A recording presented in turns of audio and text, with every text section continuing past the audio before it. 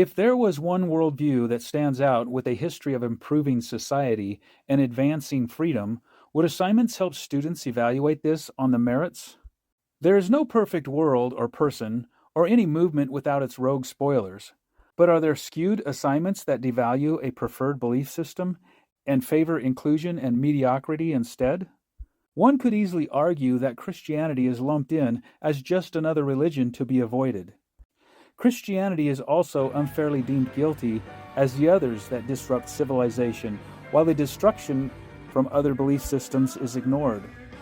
Worse is that people talk as if all belief systems and cultures are equal in their contribution to society. Do graduates know that it was the godless theory of evolution that drove Hitler's pursuit of the supreme race, his effort to exterminate another, and to advance the idea of eugenics? Will graduates recall that Protestants like Martin Niemöller and Dietrich Bonhoeffer of the Confessing Church spearheaded a resistance movement against the Nazis, which cost Bonhoeffer his young life at 39? The Christians in the Middle Ages are also viewed as equal aggressors with Muslims during the Crusades, when it was the Christians who were defending themselves. Instead of students recalling things like Thomas Jefferson's military action against Muslim pirates, they are presented with an assignment affirming the peaceful status of Islam by filling in 3 blanks with the reasons given in the text. A more academic exercise would be to pose the question and allow students to discover the merits for such a claim and avoid indoctrination of reflex answers. The 9/11 attacks on the Twin Towers in New York City seems to escape the reality that it was influenced by the Islamic belief system. In fact, there was a political effort to avoid using the word Islamic when referencing the attack. Furthermore, there are a few books on campus that emphasize inspiring life stories with an abbreviated version of Islam. Overshadowed is the more accurate representation of Islam in the Middle East with its long history of jihad against each other and the world, as those who live there will tell you. A survey conducted by the Pew Research Center also confirms that radical views are held by the majority of Muslims. Another skewed assignment is a video that romances students with Japan's dynasty's mystic warriors and its enchanting culture loyal to the deity of the emperor. The visiting missionaries represented in the video are portrayed as a bad influence because they sold 2 guns to the villagers. But the samurais are seen as virtuous for wearing 2 swords, one for the purpose of falling on to preserve honor and prevent shame from coming to his emperor. The culture of the Roman Empire changed after Constantine legalized Christianity.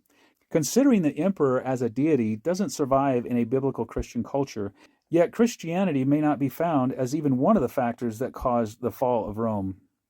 Unfortunately, Japan was led by the same ideology of imperialism. As a result, with kamikazes committing their lives to the deity of the emperor, Japan suffered a response to their provocation at Pearl Harbor during World War II. Harvard professor Eric Nelson shares the historic record in his book, Hebrew Republic.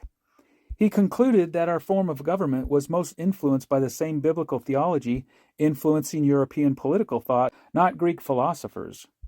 It is noteworthy to know that the influence leading up to the forming of our country was Christianity through the Great Awakening.